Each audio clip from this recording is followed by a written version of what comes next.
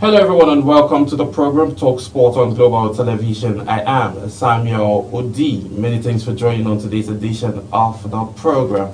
We'll be starting always from the home front, though we've seen a whole lot of action happening during the weekend, and we'll be starting from the home front as African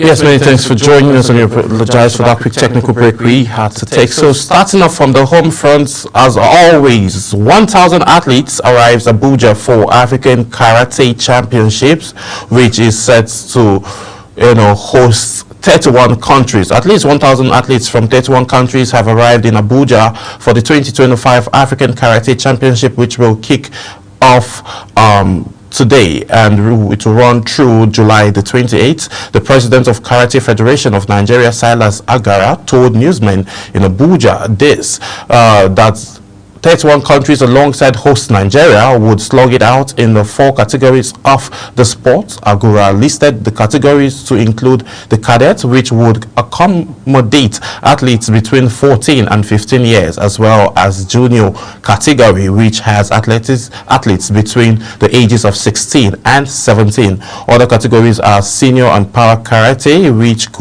would have athletes above 18 years old being represented respectively. So a whole lot of actions coming up.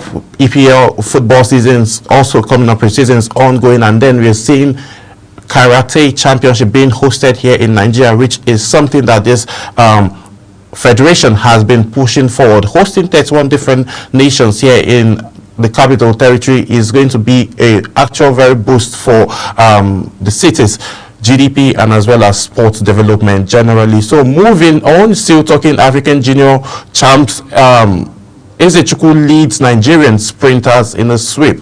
Nigeria underlined its dominance in the youth athletics on the final day of the 3rd edition of the CAA African Under-18 and Under-20 Athletics Championship at home. As a home favorite, Miracle Ezechukwu led a sensational clean sweep in the girls 200 meters, powering to her 3rd gold medal of the championship. At the packed MKO Abiola Stadium in Abeokuta on Sunday, Ezechukwu stamped to victory in the Under-18 200 finals with a personal best of 23.87 seconds. Her compatriots Chigugozie Nwankwo and Pretzidel Saga finished second and third respectively, recording 24.1% and 24.26 seconds, I beg your pardon, to complete the emphatic Nigerian 1-2-3 win. Ezechukwu, who also clinched gold in 100 meters earlier in the event, described the championship as a dream come true and expressed her gratitude to coach and the organizers of the event. More rooms for organizers are being called upon to help, improve grassroots sporting activities, which we'll be having conversation about around the world of chess, based on the fact that yesterday was International Chess Day, and I have the current champion in the house with me who will be having conversation around the chairs, and also he is looking forward to go represent Nigeria in the diaspora. You just sit locked in, we'll have this conversation and more, because here at Global Television and Talk Sports, grassroots sports development is very, very dear to our hearts. Still talking sports now, let's move on to basketball, as Junior the Tigress finished 12th at the Under-19 World Cup, currently ongoing in Czech Republic. Nigeria's Junior the Tigress ended her debut campaign at the 2025 FIBA Under-19 Women's Basketball World Cup in Brno, Czech on a negative note, following a 96-71 defeat to China in their final classification round game on Sunday, ending the tournament in 12th place. Both teams had met on opening day of the competition during the round-robin phase, with Nigeria going to register a 93-88 victory over Asia powerhouse. However, the second meeting between both sides saw the Chinese avenge the defeat they suffered at the hands of the West Africans a week ago. China claimed the first three quarters with 23-14, 30-21 and 23-18, while Nigeria only managed to edge in the fourth quarter with 18-17. The coach Julian Akindele's side registered 79 field goals attempts and recorded 24 field goals made. They also made 49 rebounds, 16 assists, 13 steals and 4 blocks. As for China, they recorded 48 rebounds, 33 assists, 14 steals and 4 blocks. The Asians were equally able to muster 67 field goal attempts while making 32 field goals out of that number. So we saw how crucial it was for them, and then they kept up to the task. Still talking FIBA World Cup, let's bring you quick highlights from the game between United States of America and Australia as they battled it out in the finals. Here are the highlights.